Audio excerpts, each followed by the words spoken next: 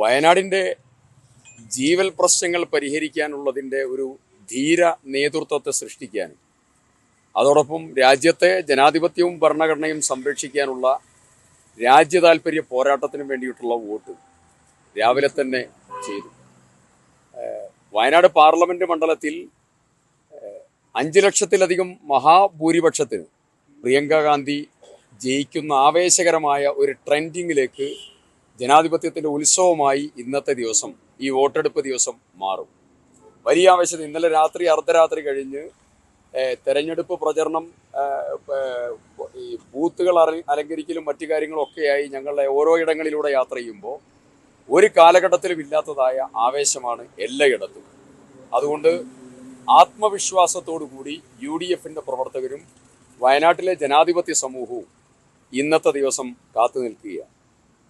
സംസ്ഥാന സർക്കാരിൻ്റെ ജനവിരുദ്ധ നയങ്ങളും അതുപോലെ വയനാട് പ്രകൃതി ദുരന്തമുണ്ടായി, ആ പ്രകൃതി ദുരന്തത്തിൽ വയനാടിനോട് കാണിച്ച മനുഷ്യത്വരഹിതമായ പ്രവർത്തനത്തിനുമെതിരായിട്ടുള്ള ശക്തമായിട്ടുള്ള ജനവിധി ഇന്ന് വയനാട് ജനത ബൂത്തുകളിൽ നിർവഹിക്കും. ഇപ്പോൾ ഈ പുറമെ, അതായത് അന്യ സംസ്ഥാനങ്ങളിലേക്ക് ജോലിക്കും കൃഷിക്കൊക്കെയായി പോയ ആളുകളെ തിരിച്ചെത്തിക്കാൻ കോൺഗ്രസ് പ്രത്യേക സംവിധാനം ഒരുക്കിയിട്ടുണ്ടല്ലേ? നമ്മള് എല്ലാവരോടും അഭ്യർത്ഥിച്ചിട്ടുണ്ട്. ഞങ്ങൾ നേരത്തെ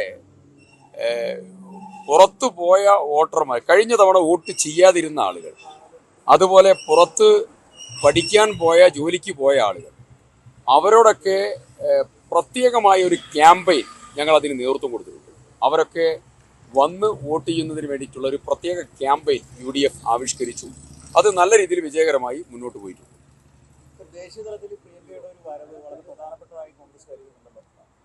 ഒരു സംശയം, അതിലൊരു പ്രധാനപ്പെട്ട കാര്യം, രാജ്യത്തിൻ്റെ പാർലമെന്റിനകത്ത് നിർഭയത്വത്തോടുകൂടി, ഇപ്പോൾ വയനാട് പാർലമെന്റിൽ 6 മാസത്തിലധികം MP ഇല്ലായിരുന്നു. സൂറത്തിലെ HH വർമ്മയുടെ ചീഫ് ജുഡീഷ്യൽ മജിസ്ട്രേറ്റ് കോടതിയിലെ വിധിന്യായമായിരുന്നു കാരണം. അതിലേക്ക് നയിച്ചതായ പ്രധാനപ്പെട്ട കാരണം പാർലമെന്റിനകത്ത് രാഹുൽ ഗാന്ധി നടത്തിയ നിർഭയമായ പോരാട്ടമാണ്.